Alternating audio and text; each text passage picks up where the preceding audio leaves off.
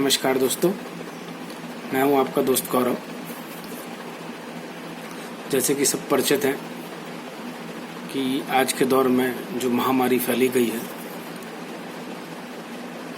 जिसको हम novel corona virus कहते हैं, इसके बारे में पेपर पे और न्यूज़ चैनल्स पे अलग अलग व्याख्या की गई है।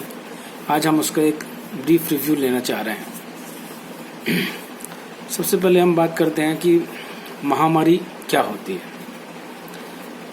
महामारी भी एक तरह की बीमारी होती है।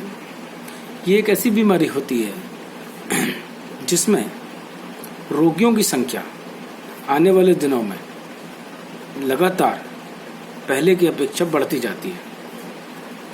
मतलब जैसे एक तारीख को जितने नंबर ऑफ रोगी हैं, 10 तारीख को उससे ज़्यादा हो जाते हैं। और ये जो महामारी है, ये एक ही जगह पे या एक से ज़्यादा जगहों पे एक साथ फैल सकती है। जब ये एक से ज़्यादा महाद्वीप में एक साथ फैल जाती है तो इसको वैश्विक महामारी भी कहा जाता है। इस तरीके से कोरोना जो है एक वैश्विक महामारी है। अब बात होती है कि इसका नामकरण कैसे किया जाता है। तो international committee of taxonomy of virus ये इसके नाम को डिफाइन करती है, और इसका जो नाम है इसके रंग, रूप, इफेक्ट और प्रभाव के हिसाब से वर्गीकृत किया जाता है। तो नोवल कोरोना वायरस में जो हम इसकी परिभाषा पे ध्यान देते हैं, नोवेल का मतलब होता है बिल्कुल नया, जो प्रीवियसली डिफाइन ना हो, इसलिए इसमें नोवेल रखा गया है। कोरोना शब्द की जो उत्पत्ति है वो लैटिन वर्ड से हुई है। लैटिन में कोरोना का मतलब होता है मुकुट। तो कोरोना वायरस को जब माइक्रोस्कोप से डॉक्टरों ने उसको विजुलाइज किया तो हमने ये देखा, मतलब उन्होंने इस समय ये रियलाइज किया कि जब सूर्य ग्रहण होता है, सूर्य ग्रहण कैसे होता है दोस्तों, जब पृथ्वी और सूर्य के बीच में चंद्रमा आ जाता है। तो जब पृथ्वी और सूर्य के बीच में चंद्रमा आ जाता है तो चंद्रमा की छाया सूर्य को ढक लेती है। और चंद्रमा की छाया जब सूर्य को ढक लेती है तो चूंकि सूर्य में नाभिकीय विखंडन के कारण टेम्परेचर बहुत ज़्यादा होता है, रोशनी बहुत ज़्यादा होती है, तो पूर्ण रूप से ग्रहण ना होते हुए आंशिक जब ग्रहण होता है तो उसकी जो रेज होती हैं वो उस बाउंड्री से बाहर निकलती हैं, कई लाख किलोमीटर तक फैलती हैं। तो वो जो कोरोना बनता है, उसकी जो आउटर पेरिफेरी होती है, उसको कोरोना कहा जाता है। तो माइक्रोस्कोपिकली देखने के बाद जो इस वायरस का जो शेप है वो उस कोरोना के शेप से मिलता जुलता है, इसलिए इसको कोरोना नाम दिया गया। अब बात होती है वायरस क्या है। वायरस विषाणुओं का एक समूह है। इनका जो काम है स्तनधारियों में रोग उत्पन्न करना।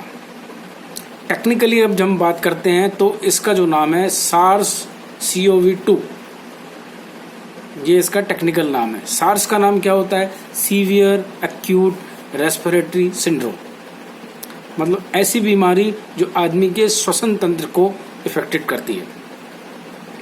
कोरोना वायरस आदमी को संक्रमित करता है, और वो जो संक्रमण है उसका सबसे बड़ा जो सोर्स है वो श्वसन तंत्र है। ये इसका जो इफेक्ट होता है इनिशियली अलग अलग लोगों पे उनकी प्रतिरोधक क्षमता के हिसाब से अलग अलग होता है। जनरली ये जो इफेक्टेड होने का जो पीरियड होता है उसको हम इंक्यूबेशन पीरियड्स कहते हैं। ये 3 से 5 दिन, अधिकतर 14 दिन तक ये हो सकता है। ये वो पीरियड होता है जिसमें रोगी के संक्रमित होने और उसके लक्षण दिखने के चांसेस उभर के आते हैं। बहुत कॉमन फैक्टर्स होते हैं, या तो उसको तेज बुखार आता है, या शरीर में दर्द होता है, या सूखी खांसी होती है, या गंधहीनता होती है, या इन्फ्लेमेशन होता है। इस तरीके के जब सिम्टम उसको मिलते हैं तो हम उसको इनिशियली चेक करके फिर उसको डायग्नोस करते हैं कि उसको वायरस है कि नहीं। ये वायरस जो होते हैं ये डेड सेल्स होते हैं। इसमें DNA और RNA दोनों तत्व होते हैं, और ये क्या करता है, शरीर के अंदर जब जाता है तो शरीर के अंदर जाके बॉडी को कैप्चर करता है, सेल को इन्फेक्टेड करता है। सेल को इन्फेक्टेड करने के बाद ये बॉडी के अंदर अपनी कॉलोनी को डिज़ाइन कर लेता है। उन कॉलोनियों में अबनॉर्मल ग्रोथ ये प्रोड्यूस करता है। जो अबनॉर्मल ग्रोथ होती है वो आपके आरएनए को इफेक्टेड कर देती है और उस कारण मनुष्य का जो प्रतिरोधी तंत्र होता है वो धीरे धीरे काम करना बंद कर देता है और उसके जो सेल्स हो जाते हैं वो डेड हो जाते हैं। इसकी सीवियरिटी का अंदाजा आप इस तरीके से लगा सकते हैं कि पूरे विश्व में ऐसी कोई भी कंट्री नहीं है जो इससे बची हो। बहुत ज़्यादा इन्फेक्शन प्रोड्यूस करता है, जबकि ये वायरस जीवित नहीं है। ये जो वायरस है इसकी बनावट ऐसी है कि ये प्रोटीन सेल्स हैं, इस पे एक पतली लेयर प्रोटीन की बनी हुई है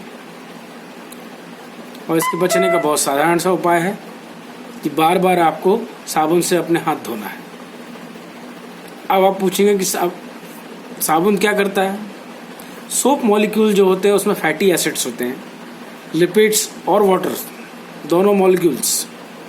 तो क्या होता है, इसमें एम्पलीफायर्स होते हैं। ये क्या करते हैं, वायरस की परत पे चिपक जाते हैं और जब हम 20 सेकंड तक हाथ धोते हैं तो इसके कारण वायरस की जो बाहरी परत होती है वो टूट जाती है और वायरस निष्क्रिय हो जाता है।